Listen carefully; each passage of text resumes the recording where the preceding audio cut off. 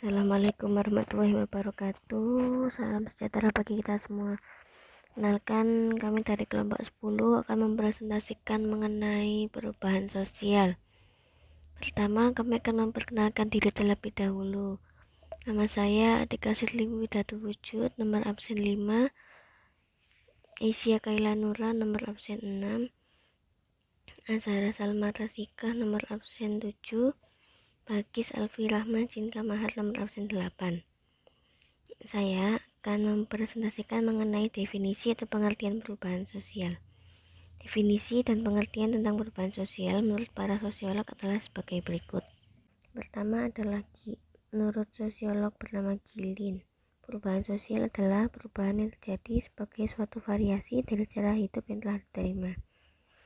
Selanjutnya, menurut Emil Durkheim, perubahan sosial terjadi sebagai hasil dari faktor-faktor ekologis dan demografis yang mengubah kehidupan masyarakat dari kondisi tradisional yang diikat solidaritas mekanistik ke dalam kondisi masyarakat modern yang diikat oleh solidaritas organistik.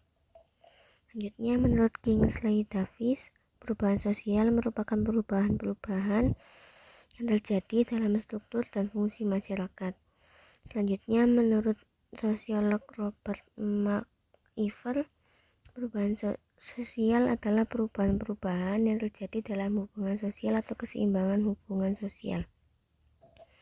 Selanjutnya, menurut Selosu Marjan, perubahan sosial adalah setiap perubahan pada lembaga-lembaga kemasyarakatan di dalam suatu masyarakat yang mempengaruhi sistem sosialnya.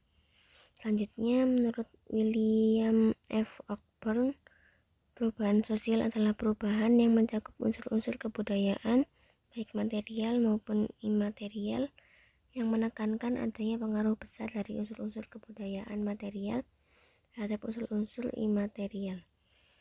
Yang terakhir, menurut Raja, perubahan sosial adalah segala perubahan pada lembaga kemasyarakatan di dalam suatu masyarakat yang mempengaruhi suatu sistem sosial.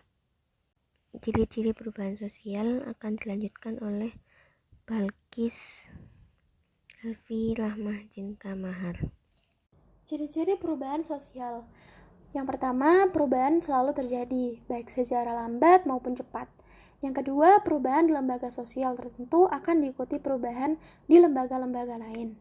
Yang ketiga, perubahan yang selalu cepat biasanya mengakibatkan disorganisasi di masyarakat, meski kemudian akan terjadi penyesuaian atau adaptasi. Yang keempat, ada aspek timbal balik yang kuat antara perubahan pada aspek kebendaan dan spiritual. Faktor perubahan sosial yang dibagi menjadi dua. Yang pertama yaitu faktor internal pemicu perubahan sosial. Nah, macam-macamnya adalah yang pertama, bertambah dan berkurangnya penduduk. Ketika penduduk Pulau Jawa bertambah begitu cepat, maka terjadi perubahan dalam struktur masyarakat, terutama lembaga kemasyarakatan dalam wujud aturan atau norma. Yang kedua, adanya penemuan-penemuan. Penemuan baru sangat mempengaruhi perubahan di masyarakat. Misalnya, penemuan ponsel pintar membuat masyarakat memiliki pola baru dalam berkomunikasi di antara individu dan kelompok. Yang ketiga, ada konflik sosial. Konflik di antara kelompok dalam suatu masyarakat juga bisa jadi penyebab perubahan sosial. Ini contohnya, pertentangan antara generasi tua dan muda. Yang terakhir, terjadinya pemberontakan atau revolusi di suatu. Adanya gerak revolusi maupun pemberontakan besar juga bisa memicu perubahan besar dalam kehidupan masyarakat di suatu negara. Jenis yang dua adalah faktor eksternal pemicu perubahan sosial. Macam-macamnya, yang pertama, perubahan lingkungan alam fisik.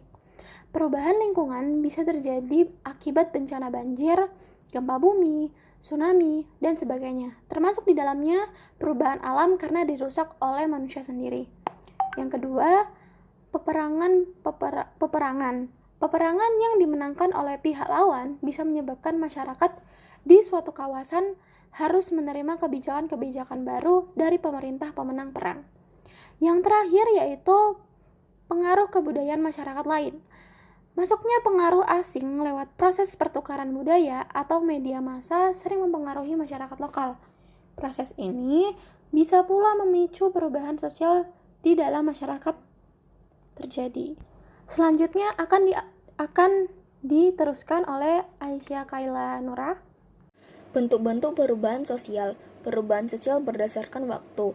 Perubahan sosial lambat atau evolusi. Perubahan evolusi adalah perubahan-perubahan sosial yang terjadi dalam proses lambat, dalam waktu yang cukup lama dan tanpa ada kehendak tertentu dari masyarakat yang bersangkutan. Contoh, perubahan sosial dari masyarakat berburu, kemudian menetap, lalu menuju ke masyarakat meramu. Perubahan sosial cepat atau revolusi. Revolusi adalah perubahan sosial dan kebudayaan yang berlangsung secara cepat dan menyangkut dasar atau pokok-pokok kehidupan masyarakat. Di dalam revolusi, perubahan yang terjadi dapat direncanakan atau tanpa direncanakan terlebih dahulu dan dapat dijalankan tanpa kekerasan atau melalui kekerasan. Perubahan sosial berdasarkan sudut pandang masyarakat. Perubahan yang dikehendaki. Perubahan yang dikehendaki adalah perubahan-perubahan yang dilakukan atas dasar perencanaan matang dari pihak yang menginginkan perubahan.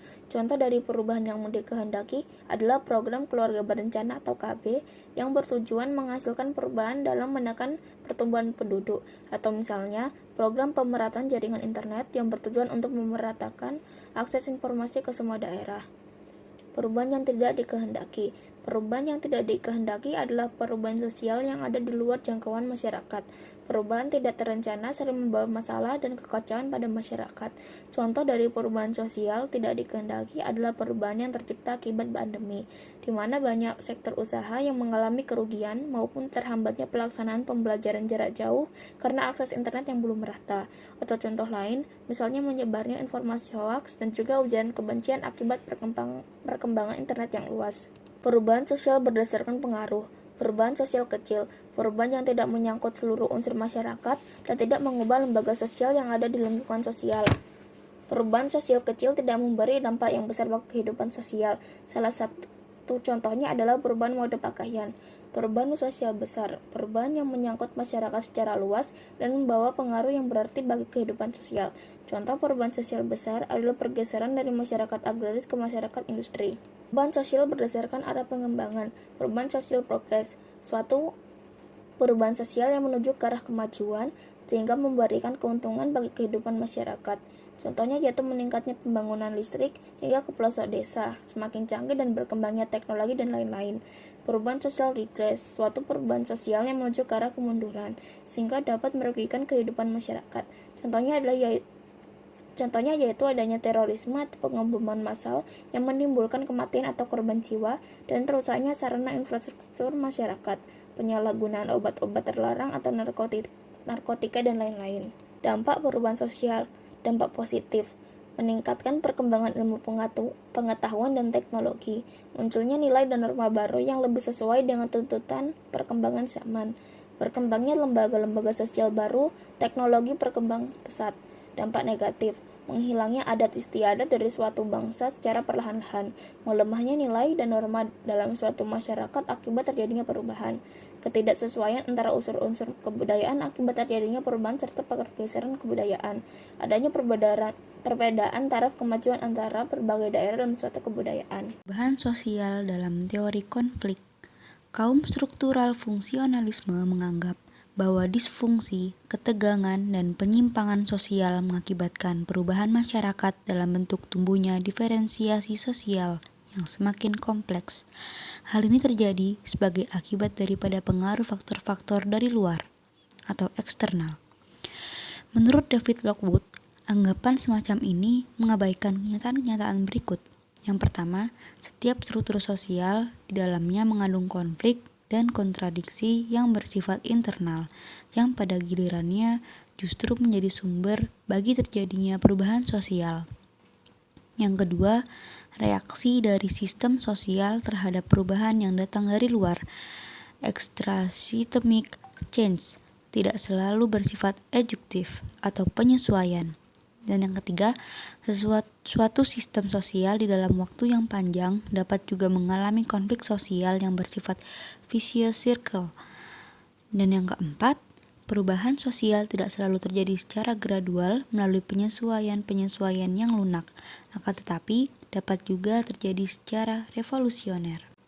Oleh karena mengabaikan kenyataan tersebut, maka pendekatan fungsionalisme struktural dianggap bersifat reaksioner dan kurang mampu menganalisis masalah perubahan sosial. Pandangan teori konflik berpangkal pada anggapan dasar berikut. Pertama, setiap masyarakat senantiasa berada di dalam proses perubahan yang tidak pernah berakhir, atau dengan perkataan lain, perubahan sosial merupakan gejala yang melekat di dalam setiap masyarakat. Kedua, setiap masyarakat mengandung konflik di dalam dirinya, atau dengan perkataan lain, konflik adalah gejala yang melekat di dalam setiap masyarakat. Ketiga, setiap unsur dalam suatu masyarakat memberikan sumbangan bagi terjadinya disintegrasi dan perubahan sosial. Keempat, setiap masyarakat terintegrasi di atas penguasaan atau dominasi oleh sejumlah orang atas sejumlah orang yang lain.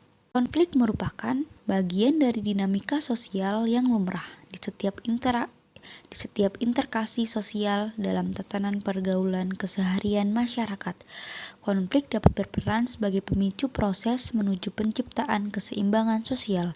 Bahkan, apabila konflik dapat dikelola dengan baik, dapat juga dipakai sebagai perekat dalam kehidupan masyarakat. Konflik dibagi menjadi dua, konflik realistis dan konflik non-realistis. Konflik realistis berasal dari kekecewaan terhadap tuntutan-tuntutan khusus yang terjadi dalam hubungan dan dari perkiraan kemungkinan keuntungan para partisipan dan yang ditujukan pada objek yang dianggap mengecewakan. Contoh, para karyawan yang mogok kerja agar tuntutan mereka berupa kenaikan upah atau gaji dinaikkan. Konflik non-realistis, konflik yang bukan berasal dari tujuan-tujuan saingan yang antagonis, tetapi dari kebutuhan untuk meredakan ketegangan, paling tidak dari salah satu pihak. Chaucer menjelaskan, dalam masyarakat yang buta huruf, pembalasan dendam biasanya melalui ilmu gaib seperti teluh, santet, dan lain-lain. Sebagaimana halnya masyarakat maju melakukan pengkambing hitaman sebagai pengganti ketidakmampuan melawan kelompok yang seharusnya menjadi lawan mereka.